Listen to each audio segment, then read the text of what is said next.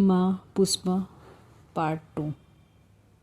कुछ ही क्षणों में मन शांत हुआ। दीपक की लौ को देखते देखते कब मेरा ध्यान लग गया पता ही न चला। उस स्थिति से मैं तब बाहर आई जब अमरीश मेरे पीठ पर चढ़ा। मैंने पीछे मुड़कर देखा तो वे काले भाई साहब जमीन पर बैठकर रो रहे थे। उनके गालों पर से अविरत अश्रुधारा बहती देख मैंने पूछा, क्या हुआ भाई साहब, आपकी आंखों में आंसू क्यों है? क्षमा करना दीदी, ईश्वर से आपकी लौ लग गई थी, पर दरवाज़ा खुला था इसलिए बिना पूछे मैं अंदर आ गया। दीदी मैंने सोचा था लूना पर इसे थोड़ा घुमाऊंगा, फिर बिस्कुट दिलाकर इसे वापस लाऊंगा, किंतु बाद में प्रबल इच्छा हुई कि इसे बाजार जाकर कुछ अच्छा सा खिलौना या कपड़े दिलवाऊँ। इसलिए आपसे बिना पूछे मैं इसे बाजार ले गया और वापस आते समय घर पर पत्नी से भी मिला लाया। घर पर यह मेरे बच्चों से खेलने लगा तो मैंने खेलने दिया। तभी मेरी पत्नी को याद आया कि आप इसकी राह देख रही होगी। दीदी देर से लाने के लिए मुझे क्षमा कर दीजिए। कोई बात नहीं, आपके जाने के बाद 1 घंटे तक तो मुझे कुछ नहीं लगा, पर बाद में चिंता होने लगी थी। मैंने नीचे वाली मैडम से कहा, अरे वे भी चिंतित थी, उन्हें बता दो कि अमरीश लौट आया है। कहते हुए मैं उठ खड़ी हुई। पर दीदी नीचे के घर में तो ताला लगा है, मैंने आते समय देखा था। अरे वे सब कहाँ गए होंगे, कहीं अमरीश की तलाश में तो नहीं गए? दीदी चिंता न करो, मैं गीता मैडम को पहचानता हूँ। मैं आपसे कुछ कहना और कुछ जानना चाहता हूँ। यदि आपकी आज्ञा हो तो मैं मेरी पत्नी के साथ आऊँगा, किंतु अभी मैं गीता मैडम को खोजता हूँ, वे शायद मेरी वजह से परेशान है। कहते हुए वे भाई साहब दौड़ते हुए लूना तक पहुँचे। उनके जाने पर मैंने जमीन पर माथा टेकते हुए प्रणाम किया, ईश्वर तथा गुरु शक्तियों को धन्यवाद दिया तथा प्रार्थना की, हे परमेश्वर, कृपया मेरे मन में निश्चिंता का भाव ऐसा ही बनाए रखना। मेरी प्रार्थना चल ही रही थी, तभी अमरीश मेरी पीठ पर चढ़ गया। उसे लगा कि मैं घोड़ा घोड़ा करने उसे पीठ पर बिठाऊंगी। मैंने उसे पीठ पर थोड़ी देर बिठाया। तभी अनुराग और आशावरी दौड़ते हुए आए। अमरीश को देखकर सीढ़ियों से झुककर जोर से बोला, अमरीश लौट आया है। अनुराग ने देखा, कुर्सी पर कई खिलौने, गुब्बारे, कपड़े, बिस्कुट और खट्टी मीठी गोलियों का पैकेट था। उसने पूछा, आई इतना सब कौन लाया? मेरा ध्यान उस ओर गया ही नहीं था। उसने पूछने पर मैंने देखा, इतना सब कुछ शायद वे भाई साहब लाए होंगे जो अमरीश को घुमाने ले गए थे। कहते हुए मैं सोच में पड़ गई, एक अनजान व्यक्ति से इतना सब मैं कैसे स्वीकार कर सकती हूँ? पहले ध्यान जाता तो गुब्बारे और बिस्कुट छोड़ अन्य सभी वस्तुएं उन्हें लौटा देती, पर अब क्या करूँ, मैं तो उनका नाम तक नहीं जानती। ऐसा सोच ही रही थी तभी गीता दीदी आई। आते ही उन्होंने अमरीश को सीने से लगा लिया। क्यों रे, तूने पद्माकर वैश्य पायन जी पर क्या जादू कर दिया? कितने सारे खिलौने और कपड़े दिलवाए उन्होंने। कहते हुए उन्होंने अमरीश को नीचे बिठाया। हवा भरने वाले एक खिलौने में हवा भरी तो बतख तैयार हो गया। बड़ा प्यारा खिलौना था, हल्का तथा मुलायम। इससे खेलते समय चोट लगने का भय नहीं था। दीदी ये पद्माकर वैश्यपायन जी कौन है? ये वही है जो अमरीश को 4 घंटे के लिए ले गए थे। वे पत्नी के साथ आने वाले हैं। वे तुमसे कुछ पूछना चाहते थे। वे मुझसे क्या पूछना चाहते हैं? मुझे ही उनसे पूछना है कि वे क्यों रो रहे थे। वे तो बहुत खुश लग रहे थे, वे क्यों रोए? खैर वे आएंगे तब पूछ लेना। दीदी धन्यवाद और सॉरी। अपने कान पकड़ते हुए मैंने कहा, मेरे कारण आप परेशान भी हुई और आपका समय भी बर्बाद हुआ। अब ऐसी बेवकूफ़ी फिर से नहीं करूँगी। दीदी ने मेरा सिर सहलाया और मुस्कुराते हुए चली गई। उन दिनों नियमित ध्यान होने लगा था, शायद इसलिए जल्दी से मन विचलित नहीं होता था। कभी कभी अनुराग भी ध्यान करने बैठ जाया करता था। उसका ध्यान लगता था या नहीं पता नहीं। इस बार मुझे अलग ही विषय पढ़ाने को दिए थे। तब तक अक्सर मैंने हिंदी, अंग्रेजी तथा भूगोल इत्यादि विषय पढ़ाए थे। इस बार गणित तथा विज्ञान पढ़ाना था। भाषा तथा भूगोल मेरी रुचि के विषय थे, इसलिए विद्यार्थियों में इन विषयों के प्रति रुचि जागृत करना मेरे लिए आसान था। किंतु गणित और विज्ञान, चलो देखेंगे, हो सकता है उनमें रुचि जागृत करते करते मैं रुचि गणित और विज्ञान में हो जाए। मेरी रुचि गणित और विज्ञान में हो जाए। दूसरी कक्षा में गणित पढ़ाना था।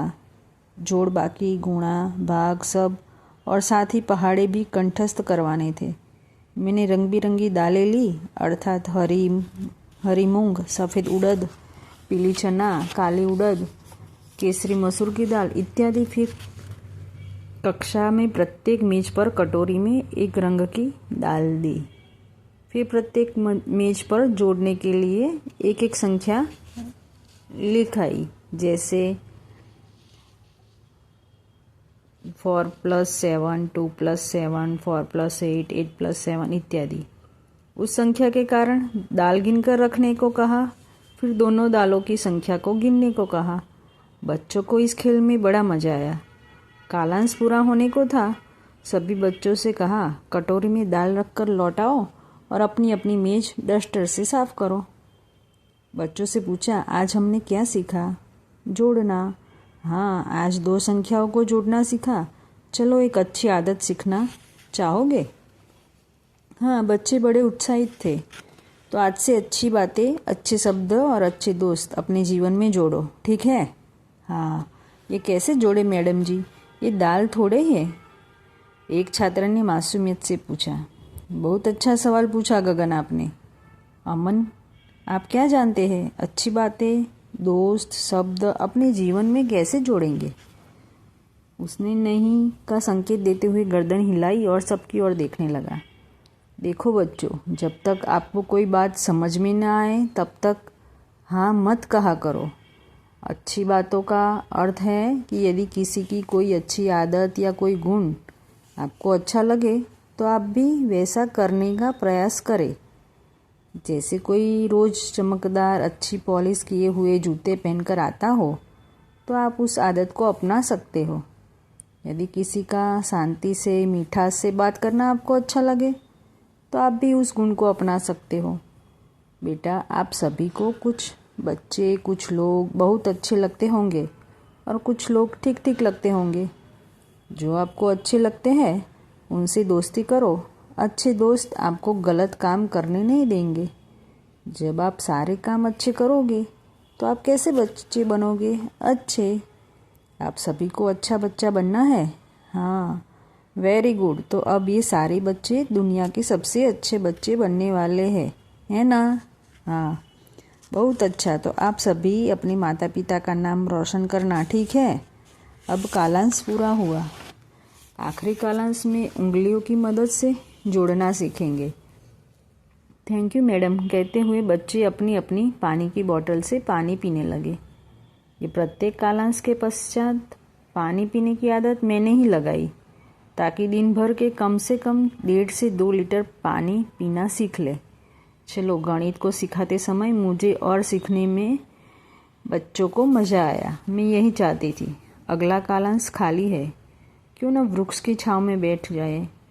सोचते हुए मैं खेल के मैदान की ओर चल पड़ी। कर्मचारी कक्ष में कई बार बड़ी अच्छी बातें होती थी, पर कभी कभी परेशानियों की, समस्या की, तो कभी महंगाई पर चर्चा होती। ऐसी चर्चा मुझे अच्छी नहीं लगती थी। समस्याएं, परेशानियां तो सभी के जीवन में आती है, बल्कि मुझे तो लगता है ईश्वर मानव को जब सशक्त बनाना चाहता है तभी समस्याएं देता है। जब हम समस्या का समाधान खोज लेते हैं तब हमारे भीतर छुपी शक्ति का हमें एहसास हो जाता है। मेरा मानना है कि जो हम बांटते हैं वही हम पाते हैं। यदि हम खुश रहना चाहते हैं तो हमें खुशियाँ बांटनी चाहिए। यदि हम औरों की बुराई करते हैं या चुगली लगाते हैं तो प्रतिफल में हमें वही मिलेगा जो हमने बांटा है। तो फिर हम अपने मन का विष और औरों में डालते हैं।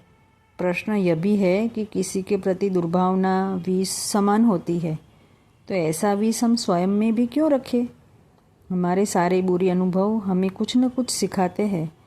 उन बुरे अनुभवों से जो भी नुकसान हुआ होता है उसे मैं तो फीस मानती हूँ।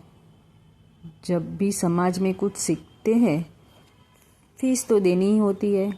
मैंने मन ही मन तय किया कि मैं अपने आसपास के लोगों में खुशियों का अमृत बांटूंगी। कुछ न बांट सकी तो मुस्कुराहट अवश्य बांटूंगी। जब भी मुस्कुराया कोई जिंदगी दिखी, सबकी खुशी से कितना मुस्कुराए जिंदगी।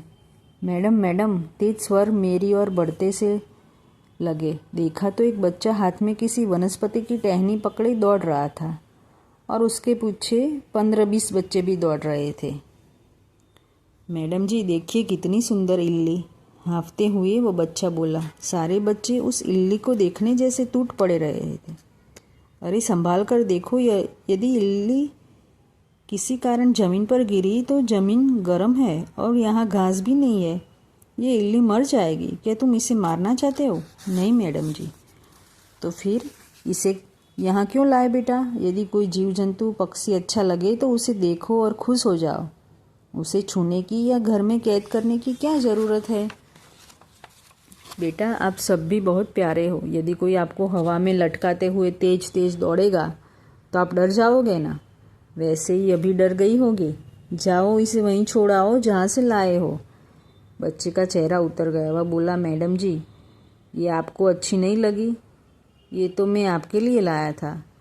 इसे लेकर आप मेरी भी माँ बन जाओ ना। आप अपनी कक्षा के बच्चों की माँ है तो मेरी क्यों नहीं? बेटा किसने कहा मैं तुम्हारी माँ नहीं हूँ? जो मुझे माँ मानता है मैं उन सभी की माँ हूँ। कहते हुए मैंने उसे सीने से लगा लिया। वे बच्चे ब खंड में पढ़ते थे। मैं अ खंड की कक्षा शिक्षिका थी। जाते जाते मुझे इल्ली उपहार स्वरूप में दे गए।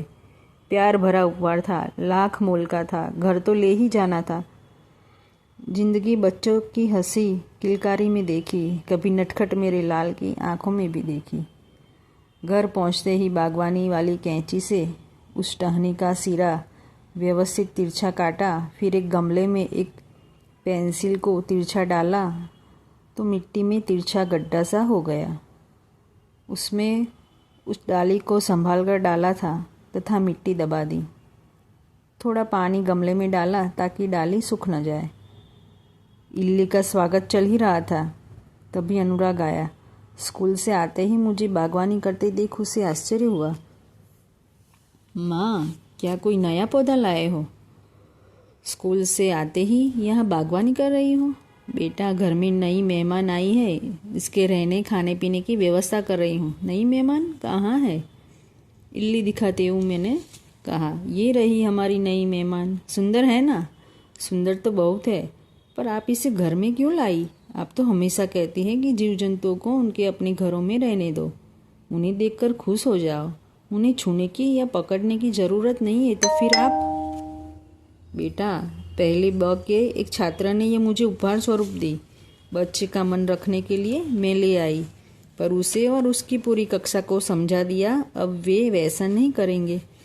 मैं बागबानी की छोटी कैंची लेकर स्कूल गई और इल्ली वाले पेड़ की कुछ और पतली मोटी टहनियों का काट लाई। घर पहुंचकर पहले तो उन टहनियों को अच्छी तरह से धोया, फिर उसे गमले की मिट्टी में पेंसिल की सहायता से छेद बनाकर मिट्टी में दबा दी। ऐसा करने से उस इल्ली को टहलने के लिए स्थान मिलेगा और खाने को पत्तियाँ। वो गमला घर में ऐसे स्थान पर रखा जहाँ धूप लंबे समय तक रहती थी। 3-4 दिनों बाद एक दिन स्कूल से आने पर मैं हाथ पैर मुंह धोकर कपड़े बदलने जा ही रही थी कि अनुराग जोर से चीखा। मैं घबरा कर उसकी ओर दौड़ी। उस एक पल में न जाने कितने बुरे विचार आ गए। नीचे से आशावरी, गीता दीदी, सामने से श्रीमती पुरंदरे, उनके बच्चे प्रणय तथा सारंग भी दौड़े आए। क्या हुआ अनुराग, क्यों चीखे? तुम्हारी चीख से दिल कितनी जोर से धड़का, अभी तक तेजी से धक धक कर रहा है। माँ, इल्ली दीदी की तबीयत खराब है, उसे डॉक्टर की ज़रूरत है। देखा तो इल्ली गर्दन सिर गोल गोल घड़ी की सुइयों की दिशा में घुमाए जा रही थी। उसके मुंह से कुछ लार सा निकल रहा था। 1-2 मिनट मुझे भी चिंता हुई तो प्रार्थना कर ली, हे ईश्वर इल्ली को कम से कम कष्ट दो। फिर गौर से देखा तो वह लार तार सी बनती जा रही थी। तार इल्ली के चारों ओर लपेटा जा रहा था। शाम तक इल्ली ने संपूर्ण कोष बना लिया और वह कोष पत्तों से चिपका हुआ था। मैंने अनुराग से कहा, देखो तुम्हारी इल्ली दीदी ने अपना घर बना लिया है। अब यह बहुत कुछ दिनों तक इसी में रहेगी। शायद सुंदर सी तितली बनाकर बाहर आए। सच माँ? क्या यह सचमुच तितली बन जाएगी? निश्चित तो नहीं है, किंतु काफ़ी संभावना है कि यह इल्ली तितली बन जाए। कुछ दिन राह देखो। हम सभी को उत्सुकता से यह जानने की। 2-3 दिनों बाद कोस में बदलाव सा लगा। अंदर से कुछ रंग झलक रहे थे, नींबू सा पीला, सफ़ेद और कुछ ईंट सा लालिमा लिए बादामी रंग। निश्चित यह तितली का कोस था। मैं उत्साहित थी तितली देखने को। पता नहीं मैं देख पाऊंगी या नहीं उस तितली को। 3 दिन बीतने पर कोस काफ़ी पक्व सा लग रहा था, क्योंकि तितली के पंख कोस से सटे हुए थे। देखते ही देखते कोस फाड़कर तितली बाहर आई। लगभग 40-50 मिनट लगे उसे बाहर आने में। अनुराग में आशावरी, सारंग, प्रणय तथा गीता दीदी, हम सभी ने तितली के कोस को बाहर आते देखा और संपूर्ण दृश्य अपने मन के कैमरे में अंकित कर लिया। तितली बादामी रंग की थी, जिस पर पीले, सफ़ेद तथा काले रंग से प्रकृति ने सुंदर चित्रकारी की थी। तितली कुछ क्षण उन डालियों के आसपास मंडराई, फिर खिड़की से बाहर खुली हवा में उड़ गई। तितली के उड़ जाने पर मुझे लगा हम मानव भी अपने आप को मोह, माया, लोभ, स्वार्थ, प्रतिशोध इत्यादि न जाने कितने बंधनों से बांध लेते हैं और अपने स्थान से हिल नहीं पाते, जैसे उस इल्ली ने किया था। हम भी करते हैं। यदि हम अपनी अंतर यात्रा प्रारंभ करें तो कदाचित हमारी आत्मा भी अनेक पासों से, बंधनों से बने कोष से मुक्त होकर जीवन के उच्चतम ध्येय के मोक्ष को पा सकेगी। शाम के 5:30 बजे थे। दरवाजे पर आहट हुई।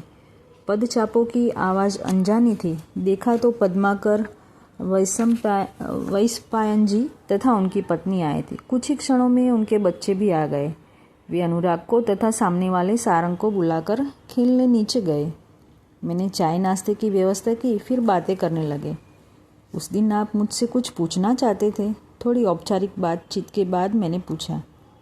उस दिन आपको गीता दीदी को खोजने की जल्दी थी, अन्यथा मैं जानना चाहती थी कि आप उस दिन रो क्यों रहे थे।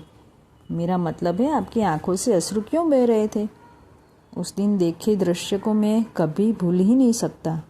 उस दिन 4 घंटे बाद अम्बरीश को लेकर जब मैं लौटा, तब सीढ़ियाँ चढ़ते समय ऐसा लगा मानो मैं मंदिर में जा रहा था। एक अद्भुत सुगंध, शायद चंपा या सोन चंपा, नाग चंपा, न जाने किस फूल की थी, सीढ़ियों तक आ रही थी। जूते निकालकर जैसे ही दरवाज़ा खटखटाने के लिए हाथ उठाया, देखा दरवाज़ा खुला ही था। एक दीपक जलाकर उसके सामने आप बैठी थी। आपकी आंखें बंद थी, शायद आपकी लौ लग गई थी। आपके चारों ओर अगरबत्ती का धुआं था या प्रकाश, पता नहीं। खोजने पर भी अगरबत्ती या उसकी भस्म नहीं दिखी। सुगंध से कमरा महक रहा था, पर फूल तो वहाँ थे ही नहीं। वह सब क्या था मैं समझ नहीं पाया। तभी अम्बरीश मेरी गोद से उतरकर आपके पास आ गया। क्षण भर में यह धुएं प्रकाश का सा अद्भुत बड़ा सा गोला कहीं विलुप्त हो गया। एक क्षण को लगा मैं किसी संत के समक्ष बैठा था। वह क्या था दीदी? वह सुगंध कैसी थी? किसकी थी?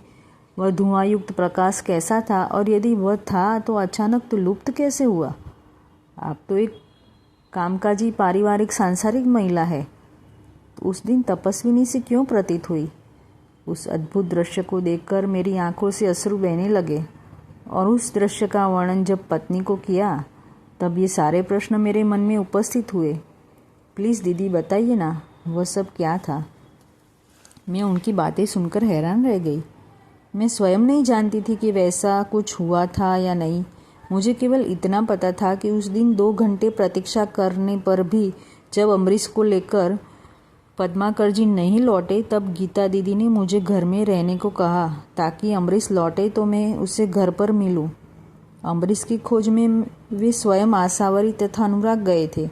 उनके जाने पर मन कुछ अशांत हुआ था, इसलिए दीपक प्रज्वलित कर मैं बैठ गई थी। मुझे पूर्ण विश्वास था कि वह लौट आएगा। जब देर तक नहीं लौटा, तब कुछ समय के लिए असंतुलित हो गई थी, किंतु कुछ अनिष्ट हुआ है ऐसा कभी नहीं लगा था। दीपक के समक्ष बैठकर कुछ क्षण ज्योति को देखा तो मन हल्का हल्का हो गया, और कब मेरा ध्यान लग गया मुझे पता ही नहीं चला। किंतु अगरबत्ती तो मैंने नहीं जलाई थी। पता नहीं किस प्रकाश, किस धुएं तथा किस सुगंध की बात पद्माकर जी कर रहे थे। मैंने कहा, आप क्या कह रहे हो, मैं समझ नहीं पा रही हूँ। उस दिन मैंने कोई अगरबत्ती नहीं लगाई थी, मैंने केवल दीपक प्रज्वलित किया था तथा कुछ क्षण दीपक की ज्योति को देखा। उसके बाद क्या हुआ पता नहीं। मेरी आंखें तो तब खुली जब अमरीश मेरी पीठ पर चढ़ा। आपने कहा लौ लग गई थी, मुझे इसका अर्थ नहीं पता। दीदी, लौ लगना यानी ईश्वर की ज्योति से आत्मा की ज्योति जल जाना, ईश्वर से एकाकार हो जाना, भाभी जी बोली। और पद्माकर जी कहने लगे, दीदी उस दिन आप तपस्विनी सी लगी। सच, आपके उस स्वरूप के दर्शन पाकर मैं धन्य हो गया। भाई साहब, ये कुछ ज़्यादा ही कह दिया आपने। मैं एक सामान्य सी कामकाजी महिला हूँ। हाँ, मैं सुबह नियमित ध्यान धारणा करती हूँ, किंतु तपस्विनी सा मुझ में कुछ भी नहीं है। फिर बातों का विषय बदलते हुए मैंने इल्ली से तितली वाली घटना बतलाई। अच्छा, तो आप ही हमारे दिवाकर की साइंस की मैडम हो। तो आप ही है ना उष्मा वाला प्रयोग कक्षा में करवाया था। कक्षा 3B में विज्ञान पढ़ाती थी। यह तो वैसे भी प्रयोग का विषय है, इसीलिए मैं कक्षा में छोटे मोटे प्रयोग करवाया करती थी। जब मुझे हीट अर्थात उष्मा के विषय में पढ़ाना था, तब उन्हें एक प्रयोग कर दिखाया था जो सभी को बहुत अच्छा लगा था। प्रयोग के लिए कक्षा का दरवाज़ा था, खिड़कियाँ बंद की, 10 मिनट तक पंखा भी बंद रखा, फिर एक मोमबत्ती जलाई और बंद दरवाजे के नीचे जमीन और दरवाजे के बीच के स्थान से हवा आ रही थी। वहाँ जलती मोमबत्ती को लौ वाला सिरा रखा। लौ कमरे के अंदर की ओर झुकी हुई सी उड़ रही थी। कक्षा के सभी बच्चों को वह दिखाया। फिर कुर्सी को बंद दरवाजे के पास रखा और दूसरी मोमबत्ती को जलाकर मैं कुर्सी पर खड़ी हो गई। दरवाजे और ऊपरी दरार के पास मोमबत्ती की लौ रखी तो वह कमरे से बाहर की ओर जा रही थी। बच्चों को समझाया कि ठंडी हवा कमरे में नीचे से आ रही थी, तभी तो लौ अंदर की ओर झुकी झुकी सी उड़ रही थी। जब मोमबत्ती ऊपर की दरार के पास रखी तो वह बाहर की ओर जाती सी लौ जल रही थी, अर्थात हवा बाहर जा रही थी। ठंडी हवा नीचे से अंदर आ रही थी, गर्म हवा ऊपर से बाहर जा रही थी। देखते ही देखते अमरीश 1 वर्ष का हो गया। सुबह उसे नहलाकर नए वस्त्र पहनाए तथा पाटे पर बिठाकर उसे तिलक अक्षत लगाकर उसकी आरती उतारी। मुंह में लड्डू का छोटा सा टुकड़ा रखा। उसे मीठा पसंद नहीं था, बड़ी मुश्किल से खाया उसने वह लड्डू का टुकड़ा। शाम को आस पड़ोस के बच्चों को बुलाया और कुछ रोचक खेल खिलवाया। जो बच्चे जीते उन्हें उपहार स्वरूप कुछ शिक्षण उपयोगी वस्तुएं दी। आज अमरीश का जन्मदिवस था और विभावरी भी आई थी। उसने और सुहास ने मिलकर सभी बच्चों से तरह तरह के खेल खिलवाए। विवाह पश्चात स्मिता का स्वरूप निखर आया था। गीता दीदी भी बहुत खुश थी, क्योंकि जमाई के रूप में दूसरा बेटा ही मिला था उन्हें। ईश्वर बेटे सा जमाई और बेटी सी बहू सबको दे। शाम के 7:30 बजे होंगे तब भी उजाला था, क्योंकि 21 जून सबसे लंबा दिन होता है। मैं कमरा व्यवस्थित करने लगी। उस दिन हमें गीता दीदी के घर भोजन करना था। स्मिता सुहास बच्चों को अपने साथ टहलने ले गए थे। स्मिता को कई दिनों बाद अमरीश मिला था, इसलिए दोनों एक दूसरे को छोड़ना नहीं चाहते थे। कमरे की सफाई लगभग हो गई थी, केवल वस्तुएं स्थान पर रखना बाकी था। तभी किसी ने दरवाज़ा खटखटाया। कौन है? 1 मिनट कहते हुए मैंने चौकोने तकिए स्थान पर रखे, पीछे की बाल्टी स्नानागृह में रखी तथा कमरे में खोसे साड़ी के पल्ले को कमर से निकाला। पल्ला दोनों कंधों पर लेते हुए मैंने दरवाज़ा खोला तो सामने 2 अपरिचित व्यक्ति खड़े थे। नमस्ते, कहिए आप किससे मिलना चाहते? आप ही से मैडम, हम बैंक से आए हैं, आइए ना। अच्छे दिन आए हैं आप, आज मेरे बेटे की पहली वर्षगांठ है, बैठिए ना। कहते हुए मैंने गीता दीदी के पति जो उसी बैंक में कार्यरत थे बुलाया। भाई साहब भी ही के बैंक में कार्यरत है, आप बातें कीजिए, मैं 2 मिनट में आई। 3 तस्तरियों में जन्मदिवस के व्यंजन सजाए तथा आग्रहपूर्वक उन्हें खिलाया। चाय बनाते बनाते विचार आया कि आगंतुकों के चेहरे पर कुछ असमंजस से भाव थे। वे यहाँ क्यों आए थे पता नहीं। चाय की प्याली उनकी ओर बढ़ाते ही उनसे पूछा, आप किस आवश्यक कार्य से यहाँ आए हैं? नहीं, मतलब ये स्थान शहर से 2.5-3 किलोमीटर दूर है, तो यहाँ कोई परिचित ही आते हैं मिलने। आप परिचित नहीं लगे ना, इसीलिए पूछा। जी, आपके पतिदेव से मिलने आए थे। वे कहाँ हैं? वे तो बाहर गए हैं। आपको उनसे क्या काम है? जो भी काम है मुझसे कहिए, क्योंकि उन्हें लौटने में 1-2 वर्ष लगेंगे। हमने उनके विषय में यही सुना था। क्या आप हमें उनका पता बता सकती है? हमें उन्हीं से काम है। प्लीज़ उनका पता हमें दे दीजिए। वे जहाँ भी होंगे हम उनसे बात कर लेंगे। वो जहाँ है वहाँ आप नहीं जा सकते, इसलिए आप जो भी उनसे कहना पूछना चाहते हैं मुझे कहिए। केशव भाई साहब केशव भाई साहब यानी कि गीता दीदी के पति ने मुझसे शांत रहने का इशारा किया और उन्हें अपना परिचय देकर कहा, वे आध्यात्मिक प्रगति के लिए हिमालय गए हैं। आप जो भी कहना चाहते हैं मैडम से कह सकते हैं। वे कब गए हैं और कब तक लौटेंगे? जी, उनका आना तो निश्चित नहीं होता। प्लीज़ आप मुझे बताइए क्या बात है। आप इतनी पूछताछ क्यों कर रहे हैं? क्या हुआ है? पूछते हुए मेरी धड़कनें तेज हो गई। मैडम, लगभग 2.5 वर्ष पूर्व आपके पति ने किसी शिवलाल नामक व्यक्ति के गारंटर के रूप में हस्ताक्षर किए थे। शिवलाल ने 50,000 रुपये बैंक से ऋण के रूप में लिए थे। पिछले 2.5 वर्ष में उनसे केवल 5,000 रुपया जमा करवाया है। सब पता करने पर पाया गया कि वह अपने परिवार तथा जानवरों के साथ कहीं चला गया है। आप शिवलाल का पता बता दें, अन्यथा ब्याज सहित यह राशि आपको भरनी होगी। शिवलाल हमारा पुराना दूध वाला था। जब हम किराए के मकान में रहते थे तब वह हमारे घर दूध लाया करता था। आदित्य के जन्म से पूर्व एक दिन वह मिठाई लाया था।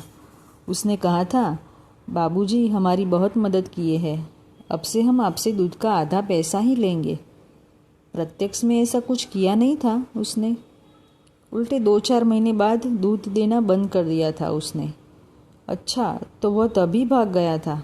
अब मुझे क्या पता कि वह कहाँ का था, कहाँ गया। अब इतने सारे रुपये मैं कहाँ से लाऊंगी? मेरी बचत कुछ खास नहीं थी। मेरे पीएफ में भी इतनी राशि न थी। मैं एक गिलास पानी हाथ में लेकर बैठ गई। दिमाग सुन्न पड़ गया था। कुछ समझ में नहीं आ रहा था। वे बैंक कर्मचारी अगले सप्ताह फिर आएंगे कहकर गए। केशव भाई साहब नीचे गए और गीता दीदी को ले आए। मैंने कहा, कुछ खास नहीं है दीदी, अब भोजन कर ले। हमारी बातें तो कभी भी हो सकती है। स्मिता सुहास कल चले जाएंगे। बातें बड़ों के बीच रहे तो ठीक रहेगा, बच्चों के सामने नहीं करेंगे। किसी तरह कुछ निवाले गले से नीचे उतारे, होठों पर हल्की मुस्कान लिए बैठी रही। सुहास स्मिता को लगा कि मैं शायद थक गई थी। केशव भाई साहब भी चिंतित थे। उन्होंने भी मुश्किल से कुछ खाया। घर आते ही अनुराग ने मेरा माथा छूकर देखा और बोला, माँ तुम्हारी तबीयत तो ठीक है ना?